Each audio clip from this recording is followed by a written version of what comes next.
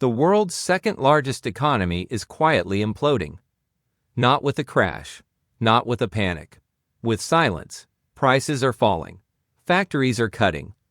Consumers are waiting, and waiting, and waiting. That silence has a name. It's called deflation, and it is the most dangerous economic condition on Earth. Here is what most people get wrong about China right now. They think this is a slowdown, a correction, a bad patch after COVID. It isn't.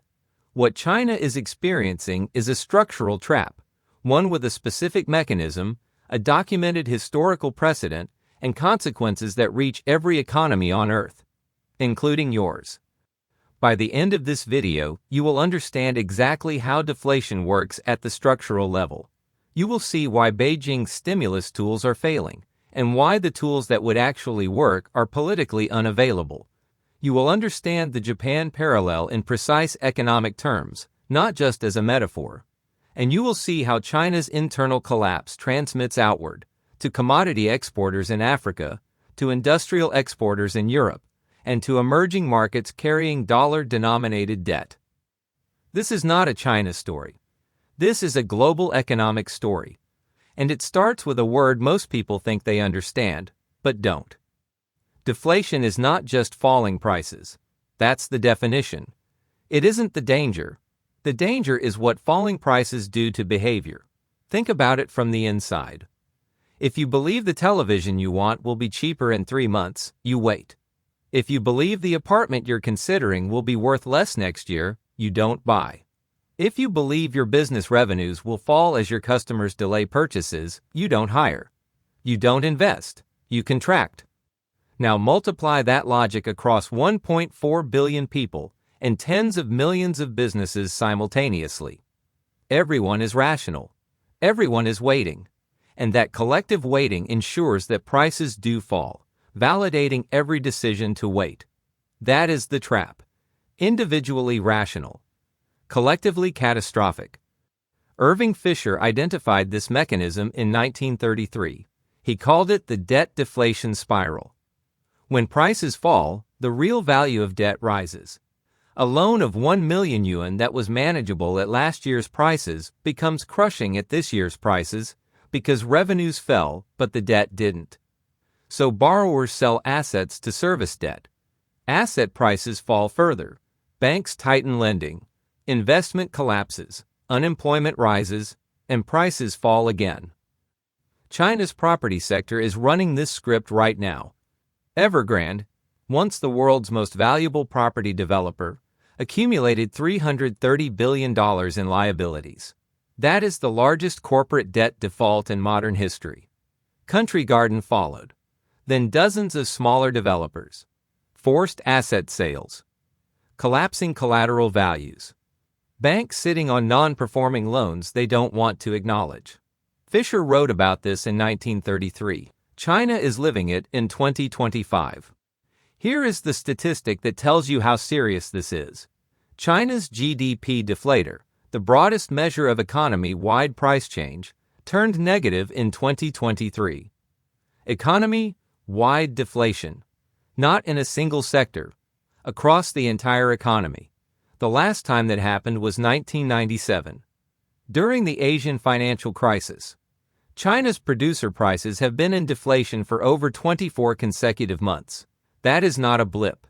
That is an embedded condition. And it didn't happen by accident.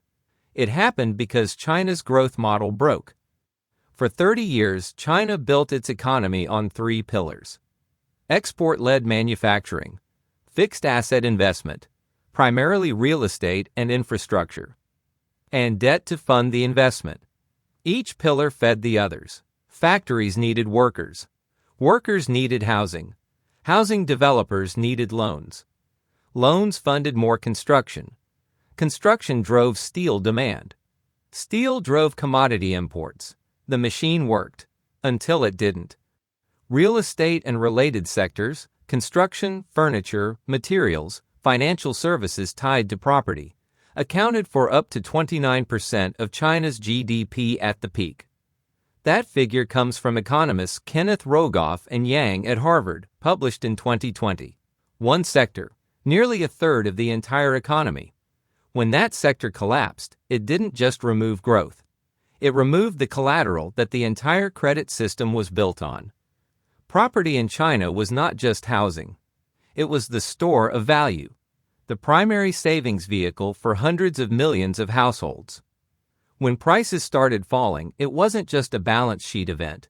It was a wealth destruction event, at a scale that undermined consumer confidence across the entire economy. New home sales have fallen over 40% from their 2021 peak. There is no confirmed floor, and Chinese households, watching their primary asset lose value, did exactly what the Fisher mechanism predicts. They stopped spending. Now here is where it gets structurally complex. Because China's households were already the most cautious consumers in the major economies before the property crisis hit, China's household consumption as a share of GDP is approximately 37 to 38%. Compare that to over 60% in the United States, over 50% across most developed economies. This isn't a cultural preference for saving. It's a structural response to the absence of safety nets. No universal health care. No adequate pension guarantee. No unemployment insurance comparable to Western systems. Chinese households save because they have to. The state does not catch them if they fall.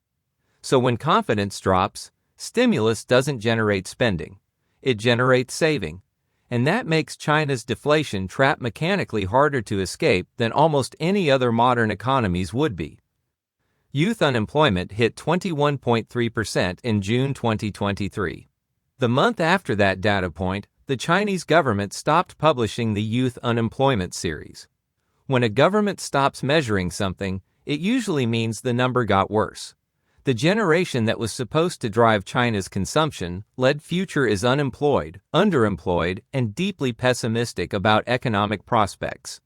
There is a phrase circulating in China, lying flat. Tang Ping, the deliberate rejection of ambition and striving. It is the behavioral signature of a generation that has concluded that effort does not produce proportional reward. That is not a social trend. That is a macroeconomic leading indicator. This is where Japan enters the picture, and not as a vague analogy, as a precise structural blueprint. Japan in 1989 had a property bubble inflated by cheap credit. A banking sector whose entire balance sheet was entangled with real estate collateral, export-led growth that had masked domestic demand weakness for years, and a government that refused to force losses onto politically connected banks and developers. When the bubble burst in 1991, Japan did not experience a sharp crisis and a clean recovery. It experienced 30 years, 3 decades of stagnation. The Nikkei index peaked in December 1989. It did not recover that peak until 2024, 35 years. Nominal GDP in Japan in 2007 was still below its 1997 level. A developed economy, a decade of zero growth. In nominal terms, the Bank of Japan cut interest rates toward zero. It didn't work. Because deflation wasn't a monetary problem at its core. It was a confidence problem, an expectation problem, a coordination failure. And monetary policy cannot fix a coordination failure. Paul Krugman analyzed this in 1998 in a landmark paper titled, It's Bei. He identified the liquidity trap, the condition where interest rates hit zero, monetary policy loses traction, and deflationary expectations become self-fulfilling. Krugman's Japan model maps onto China's situation today with near-perfect structural alignment. But here is the PhD-level distinction that most commentators miss. Japan was already rich when its bubble burst. Japan had a per capita income comparable to the United States. It could absorb a lost decade and still maintain living standards for most of its population. China is attempting this transition at a middle income level, with hundreds of millions of people who have not yet secured the economic gains that growth was supposed to deliver. Japan had the luxury of stagnation. China does not. So what is Beijing actually doing? And why isn't it working? In late 2023, China issued approximately 1 trillion yuan in special sovereign bonds, roughly $140 billion, as a stimulus measure. Goldman Sachs estimated that this was approximately one-fifth of the scale required to materially shift deflationary dynamics. One-fifth. The government knew the size of the problem. It deployed a fraction of the necessary response. Why? Because the tools that would actually fix China's deflation are politically unavailable. Direct household cash transfers, the most potent demand stimulus available, would require Beijing to redistribute wealth downward at scale. That conflicts with the CCP's preference for investment-led, state-directed growth. And it conflicts with the political interests of state-owned enterprise networks that benefit from infrastructure spending. Forced bank recapitalization and developer debt write-downs would require the government to publicly acknowledge the true scale of non-performing loans in the banking system. That is a politically sensitive admission of policy failure at the highest level. Structural reform of the hukou system, the internal passport that restricts rural migrants from accessing urban services, would meaningfully boost urban consumption. But it would require seeding a key social management mechanism. Each solution requires the CCP to accept either political vulnerability or loss of control. So far, it has chosen neither. And the deflation persists. This is the regime-level coordination problem. And it is what makes China's deflation genuinely different from every other modern economic crisis. Standard deflation can be solved with sufficiently aggressive monetary and fiscal policy. China's deflation has a political constraint at its core. The medicine, structural reform, household empowerment, private sector protection, requires the doctor to give up power. That is not a policy problem. It is a governance architecture problem. Now here is the question that matters most for this audience. How does this reach you? Let's go to Nigeria first. Because Nigeria is the case study for what China's deflation does to commodity-dependent frontier economies, and it already happened once before. In 2014 and 2015, Chinese industrial demand contracted. Not collapsed, contracted. Global commodity prices fell. Oil, iron ore, copper, soybeans, the raw materials that fuel Chinese construction and manufacturing, all fell sharply. Nigeria, which derived approximately 90% of its export revenue from oil, had no fiscal buffer. The government had spent the commodity windfall. The currency was pegged. The reserves were thin. When Chinese demand fell, Nigerian revenues fell. The naira was eventually devalued. Foreign reserves collapsed.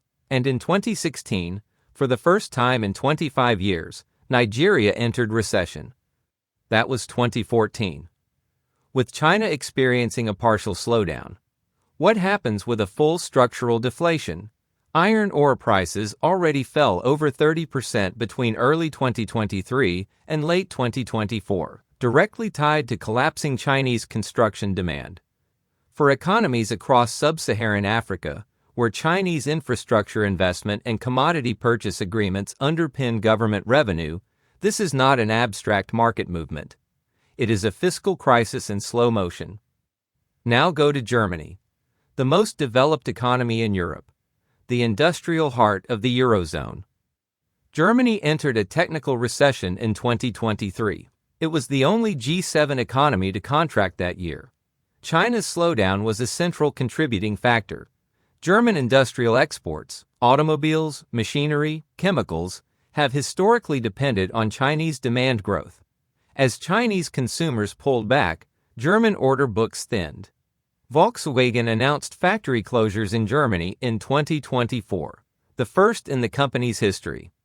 BASF, the world's largest chemical company, announced it was permanently shrinking its German operations, partly in response to lost Chinese demand, partly in response to intensifying competition from Chinese manufacturers, desperate to maintain revenue by cutting export prices. That last point is critical, and it connects the three economies in this analysis. China's deflation does not stay inside China. It exports. When Chinese factories face collapsing domestic demand, they need to sell somewhere. so they cut prices and sell into global markets. Cheaper Chinese steel competes with Brazilian steel. Cheaper Chinese electric vehicles compete with German cars. Cheaper Chinese manufactured goods suppress producer prices globally. The deflation travels through trade, in the form of falling export prices that undermine producer margins in every competing economy. This is the mechanism that makes China's internal deflation a global event. It is not transmitted through financial contagion, not primarily. It is transmitted through three channels simultaneously. Commodity demand destruction, as Chinese construction and manufacturing contract. Export price deflation, as Chinese factories dump capacity into global markets below cost. And confidence destruction, as slower Chinese growth reduces the expected trajectory of global demand, tightening risk appetite, pushing capital toward dollar-safe havens, and raising borrowing costs for every emerging market government carrying dollar-denominated debt. Now let's talk about what actually breaks a deflationary trap, because this is where the insight is. Japan eventually escaped deflation, after 30 years, through a combination of aggressive monetary policy, fiscal expansion, and crucially, a psychological shift driven by Abenomics. Shinzo Abe's program in 2012 worked not primarily because of the mechanics of quantitative easing. It worked because it credibly signaled that the government would do whatever it took to end deflation. The signal changed expectations, changed behavior, broke the coordination failure. China needs a credible signal, not a trillion yuan in bonds, not a rate cut from 3.4% to 3.1%. A structural commitment, the kind that convinces households their savings are safe, their private businesses are protected, and their future incomes will grow. That commitment requires institutional reform, property rights clarity, genuine private sector, legal protection, social safety, net expansion. Every one of these reforms shifts power from the state to citizens. Every one of them is structurally incompatible with the CCP's governance model. This is the core insight. China's deflation is not a policy problem waiting for a clever solution. It is a confidence problem embedded in a political system that cannot make the commitment required to solve it. The economist Adam Posen called it China's economic long COVID, a condition where the damage is real, persistent, and resistant to standard treatment. Here is what to watch. 3 signals that will tell you whether China is escaping the trap or deepening it. First, watch the GDP deflator. If it returns to positive territory and stays there for 2 consecutive quarters, the deflation dynamic is potentially breaking. If it remains negative or near zero, the trap is holding. Second, watch private sector fixed asset investment. Not government infrastructure spending. Private business investment. If private businesses start committing capital again, building factories, hiring workers, expanding capacity, it means confidence is returning. If private investment continues to contract while government investment expands, the state is substituting for private activity. That confirms the pessimism, not resolves it. Third, watch the policy mix. If Beijing announces meaningful household income support, direct transfers, healthcare expansion, pension reform, that signals a genuine shift in strategy. If Beijing announces more infrastructure bonds and real estate support policies, it is applying familiar tools to an unfamiliar problem. That is not a recovery signal. That is a signal that the political constraint is holding. China built the most remarkable economic growth story in human history. Hundreds of millions of people lifted from poverty in a single generation. A manufacturing base that supplies the world. Cities built in years where others took decades.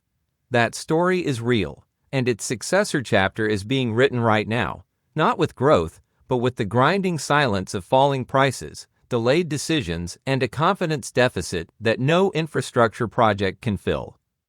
The world has seen this before. Japan called it the lost decade, then the second lost decade, then the third. It is only now, 30 years later, beginning to find the other side. China is standing at the same inflection point Japan stood at in 1993. The question is not whether Beijing understands the problem. They do. The question is whether the political system that produced the miracle is capable of producing the reform. Because those are two very different tasks. And history suggests they require two very different kinds of leadership. If they get it right, China emerges leaner, more balanced, more consumption-driven, and the global economy adjusts over a decade. If they get it wrong, the world's second-largest economy stagnates for a generation. Commodity markets reprice. Emerging markets restructure. German factories close. And the deflationary wave that started in Chinese apartment blocks reaches every corner of the global economy. The silence you hear from Beijing is not calm. It is the sound of a trap closing. And the only question left is who is inside it. If this analysis gave you a framework you didn't have before, that's what this channel exists to do. Share this with someone who still thinks China's slowdown is temporary. Subscribe if you want the next deep dive the moment it drops. And ask yourself, which economy in your region is most exposed to what we just described? That answer matters more than most people currently realize.